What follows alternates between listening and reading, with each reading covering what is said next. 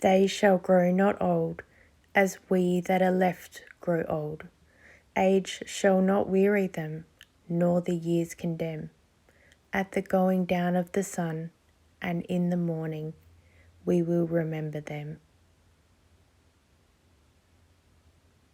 lest we forget. Hey everyone, it's Kelly. It's the 25th of April today, Anzac Day, that we remember what happened in Gallipoli. So today we're going to make some gorgeous and delicious Anzac biscuits. So you're going to need 1 cup of flour, 1 cup of sugar, 1 cup of oats, 1 cup of coconut, a teaspoon of bicarb. Then you're going to mix all the dry ingredients together. Just make sure they're well combined.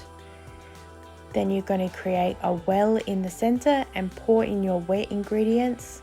And inside the bowl we have 125 grams of melted butter.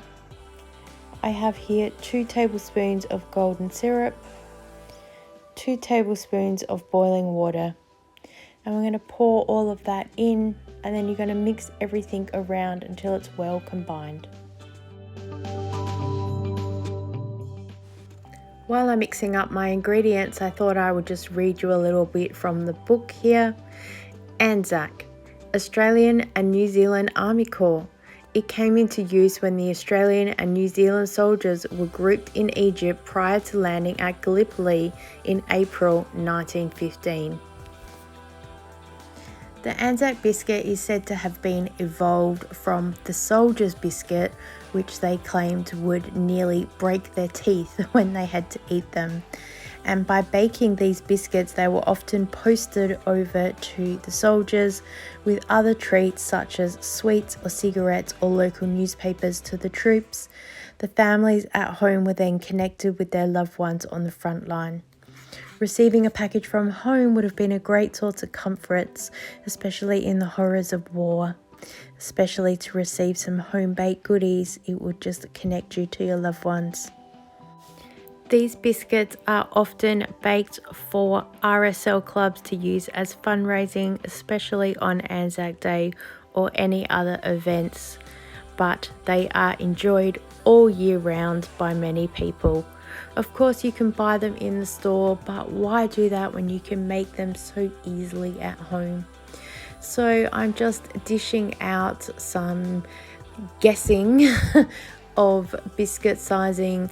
These will puff up and sort of go bigger in size because of the bicarb that's in them. So I'm making sure that I'm just spreading them out on a plate. I made about 20 biscuits from this batch. I did them in 2 lots. And you bake them in the oven for 10 minutes at 180 degrees. There's a book that I showed at the start of this, and I'll show it again. It's called Anzac Biscuits by Alison Reynolds, and it talks about her journey to researching all about the Anzac biscuit.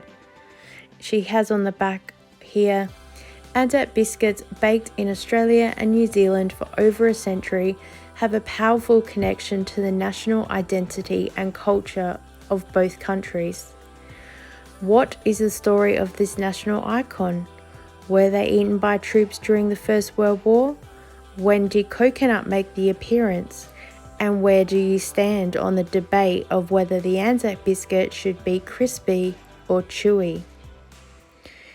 Alison has travelled Australia, New Zealand and England looking into war files, family cookbooks and investigating about this everyday biscuit. Don't these look good? I left them on the rack to harden just for a little bit, but they will quickly disappear in our house. Here's the book that I was telling you about, and it has the most extraordinary pictures of recipes and tokens of written letters and other memorabilia from the war.